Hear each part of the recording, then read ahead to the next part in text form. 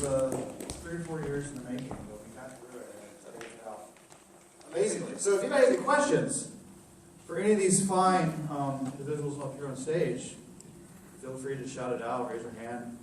Would you mind passing the microphone? Tell them everybody can say who they are. There we go. Kendall, introduce yourself. Yeah, you know I am. Shane Morton, I did special effects on the show. I'm Alice Lewis, and I play Berenice Lynn. Rachel Frawley, I play Margaret Merrill. Lynn Mallory, I play Justice Merrill. I just wanted to start off with asking you guys how this all come together. How did y'all get involved in the project, and what's it like making a movie of Brett Wood? I've known Brett for, I don't know how long, a long time ago, way back, 2000 probably. So he was looking, he had a script he was looking to make and needed some help, and I usually had been helping on his films, either camera or doing lighting, but I'm old, and my back feels older than I look. I told him I'd help out however I could, and he needed a producer, so I jumped in and decided to help produce, so we just kind of made it happen. Yeah, and I've known Brett for about 10 years now, and we had talked about doing something together at some point, and this ended up being it. And he did all the casting and did a great job on that. And so I was all in. I was like, yeah, let's do it. Let's make it bloody and lovely and exciting. Well, besides making movies in my backyard with you and Chuck, Of course. you know, I think Psychopathia Sexualis was like the first thing I did with Brett, and that started me like deciding I was just going to do special effects for a living. So Brett kind of started me out with that. He always was supportive of our work with the Silent Film Society and stuff, so he's super interesting, and so he's done a lot for me over the years too. So when he came and said, hey, I'm doing this like tribute to Italian black love killer movies, and I'd love you to do all the kills in it, but there's no money at all, I was still in. It was a lot of fun. Alice was great. Everybody was great. Thanks. Well, I've only known Brett for about 4 years now, but we definitely bonded when he first met.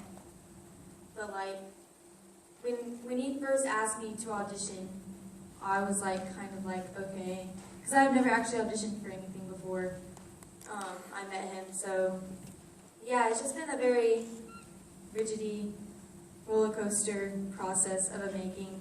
It's been fun though, with all of my amazing cast and crew friends. So yeah, it's been good. I didn't actually know Brett before this project. I think you saw me in a play, I think it was The Crucible. And he reached out to me and was like, you seem like a disturbed individual, why don't you come read for this film? But yeah, making a movie with Brett is really an incredible and lovely experience because of the people he brings onto the project with him, and everyone is so involved and invested and passionate about what they're doing. So it was a great experience for me, and I've since been able to work on some voiceover and podcast projects with them, and so it's been a really lovely and meaningful professional relationship. I met Brett in 2017. I was in a film George Romero directed called The Crazies, and Brett was assigned to do an interview for this package that they were putting out on Romero. So he came to my house, and I met him and Chris, and we did this whole interview for the package, and he talked to me like about a month or two later about being in this film. And he was great to work with, and I loved working with Rachel and Alice and Shane and Kendall and Adam, everyone. It was a really great experience for me. Just want to say one other thing. Please do. Brett's not dead. He's just not here. He had to be out of town this weekend. But Brett is honestly one of the nicest people I've ever met, and he wants everybody on set to be involved in the process. He wants everybody to kind of work together and fulfill his vision. So working with him is always the best thing in the world. He's one of the best people I know. So. Questions from the audience? Who's got a question? For Justice Merrill, you were one of my favorites. Very evil, and I was wondering if there are like any politicians that inspired you. For your character? No, not really. I just sort of channel that kind of energy, and I know those characters, especially the southern kind of maniacal character. I've worked on them my whole life in theater and everything, and so I just sort of bring up that character and then put the Judge Merrill character over that. So. Somebody else? Don't leave me hanging. Somebody has a question. There we I'd go. like to, I'm Kendall's father. I'm really impressed with the camera work. It was much more than I had anticipated. Yeah, and Chris is not here today, but he did the camera work and director of photography. Chris Chambliss, and he's really amazing. He makes, I always hear, and I heard this before we worked on this, he makes everything look a lot more expensive than it is. And, you know, as everybody mentioned, we didn't have a lot of money to spend here, so, yeah, it's I really retired from the printing business, so the color and the clarity just really impressed me. I have a producer question. How did you wrangle all this together and get this made on like a shoestring budget? And make it look like not a shoestring budget? I'm just guessing. A little it's bit at a shoestring. time. Yeah, go ahead. We shot weekends here and there when we could, and you know, when Brett could scrap together some cash and do it. So we shot over 2-3 full years. Yeah. Originally we were going to shoot a little bit and raise some money and then just kind of knock it all in one run, but we shot a little bit, raised some money, shot a little bit. So it was over a few years. We bought a camera up front, so we had our camera. We didn't have the big bar still. I have a good bit of GD equipment just from doing other things. So my car became a Griffin electric vehicle. And then we got great people to come out and work on. We were able to pay a little bit, which, you know, there's a lot of good people in town. So I'm just thankful that people came out to help out and, you know, just kind of cobbled it together every time we needed to shoot. Worked out pretty well, did things with the small screws we could most of the time. But yeah. Well, what's the next project? I don't know that we have one. Oh, you're not supposed to say that.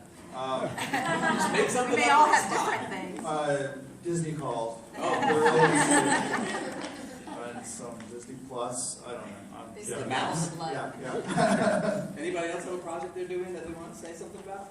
Lynn, you've got something with Chris Alexander, right? Yes. Coming out. Yeah, I have a project we shot in Toronto called Necropolis Legion, and it's a possession kind of film, and really bloody. And, Sounds like our kind of thing.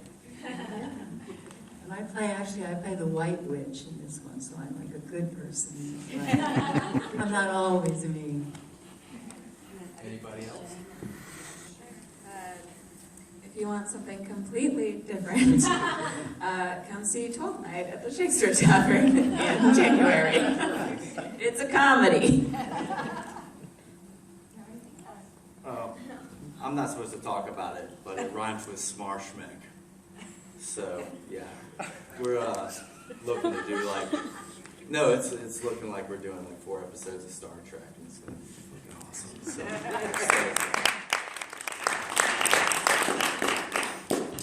I don't have anything I'm working on currently, but I do have a question for the audience. This is not your modern, traditional horror film, so where do y'all see it fitting on the horror film scale of things? I know y'all are probably more of experts than I am in some of horror film history. Anybody have any? Shallow feel. Yeah? I think, yeah, you're going for that. You hit it. Right, yeah. Yeah, and export on that. Okay, great.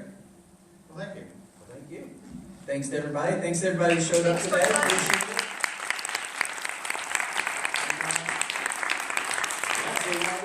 Enjoy yourself in the lobby for a few minutes, and if you come in for the 2 o'clock, praise Bob. We'll be doing the documentary about the churches of genius.